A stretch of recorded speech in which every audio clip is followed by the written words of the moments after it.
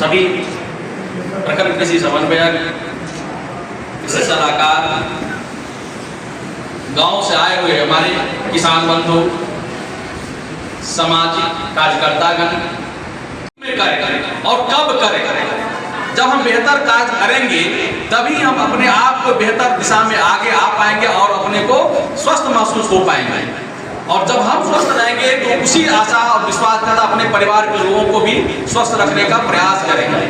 तो रबी महोत्सव कार्यशाला यह एक जड़ी बूटी के साथ साथ संजीवनी बूटी का रूप धारण करता है, जिसमें हमें सिखाता है कि हम किस रूप से अपने खेती की गुणवत्ता को बनाए रखें और किस समय कौन सा फसल उपजाए और सरकार द्वारा किस प्रकार की सुविधा मुझे प्रदान की जा रही है उस सुविधा को हम किस रूप में लाभ दें और स्थानीय लोगों को भी जागरूक करें। सिर्फ हम ही लाभ ना लें बल्कि स्थानीय लोग जो इस चीज को नहीं समझ पा रहे हैं उन्हें भी वह लाभ देने की आवश्यकता प्रतीत होती है।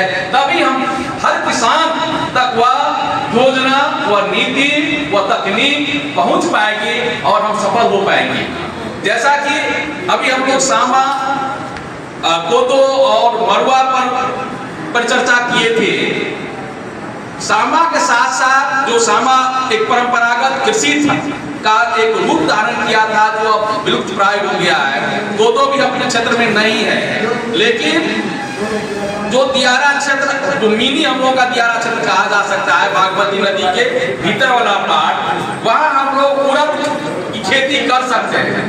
लेकिन उस दिशा में हम लोग अग्रसर नहीं है, कारण कि हम लोग तकनीकी रूप से पिछड़े हुए हैं, तकनीकी जानकारी नहीं प्राप्त कर पा रहे हैं। उस दिशा में सरकार का पहल है कि हम सभी उस दिशा में आगे बढ़ें। जो तकनीकी जागृति होनी क्षेत्र में चाहिए, उस जागृति को हम वहां तक पहुंचाए जो लोग इस दिशा में आगे बढ़े हुए हैं। सभी लोग किसी न किसी रूप से, चाहे 10 कट्ठा हो, 10 बीघा हो, प्रत्येक परिवार का सदस्य कृषि से जुड़ा हुआ निश्चित रूप से है। सभी सरकारी सेवा नहीं कर रहे हैं, सभी प्राइवेट काम नहीं करते हैं, अधिकांश लोग कृषि पर निर्भरता रखते हैं। और जैसा कि कहा गया है कि आप जैविक खेती पर ज्यादा जोर दें। जैविक खेती हमारे लिए अब वह जीवन रक्षक हो गया है।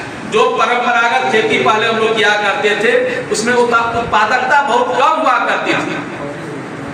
हम लोग मकई रोप देते थे, गेहूं हम लोग छींट देते थे।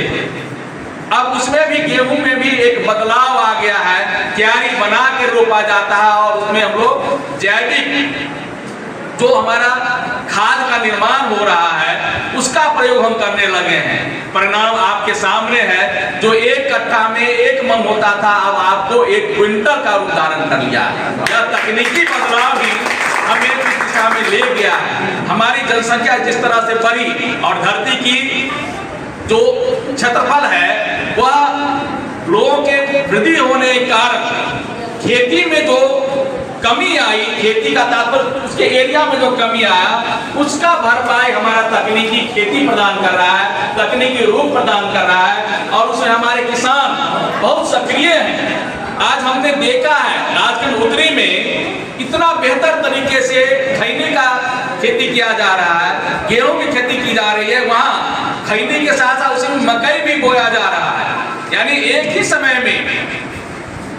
ही समय में जो रबी महोत्सव, रबी कार्यशाला के रूप में आज हम लोग पर चर्चा कर रहे हैं।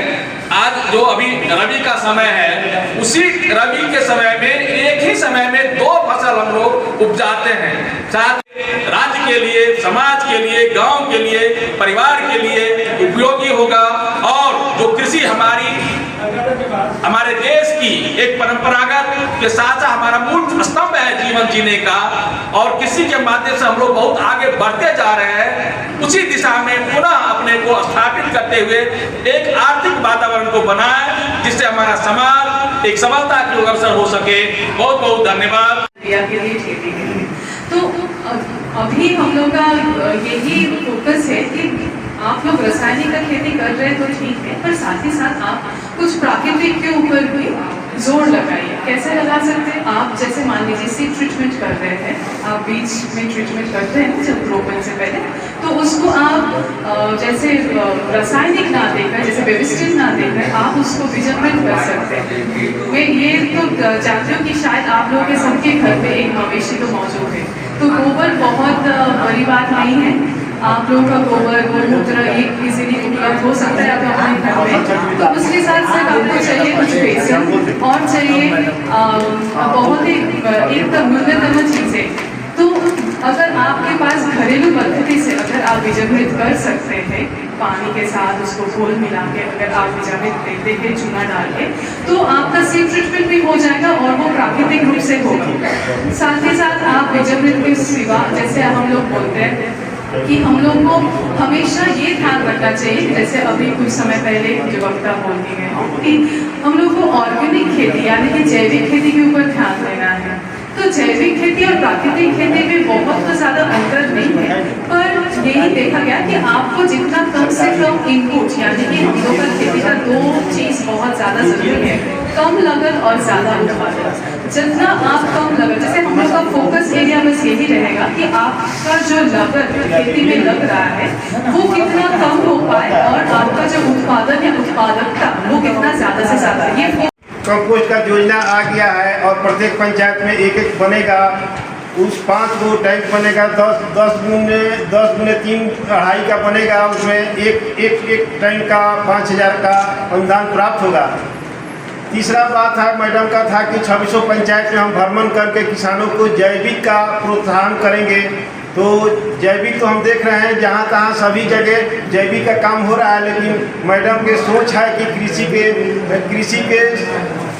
कृषि के किसान सलाहकार कृषि समन्वय किसान के द्वारा अधिक से अधिक लाभ हम लोग के प्रखंड से प्राप्त हो। और इन्हीं सब शब्दों के साथ मैं अपना यही निवेदन करूँगी कि आप लोग जैविक खेती को अपनाएं और जितना ज़्यादा से ज़्यादा हो सके आप लोग सब्जी लगाएं और जो भी सब्जी लगाएं उसमें गोबर का उपयोग करें। और वर्मी कंपोस्ट के लिए जो मेरा बहुत बड़ा मतलब सोच था कि वर्मी कंपोस्ट वगैरह आ जाए अपने घर, तो बहुत अच्छा रहेगा जैविक खेती करने के लिए।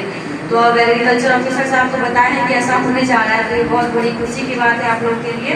आप लोग वर्मी कंपोस्ट का उपयोग कीजिए और खेती को सफल बनाइए।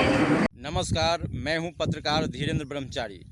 अगर आपको यह वीडियो अच्छा लगे तो लाइक एवं शेयर अवश्य करें। साथ ही यूट्यूब चैनल तिरंगा की आवाज़ को सब्सक्राइब करना नहीं भूलें। धन्यवाद।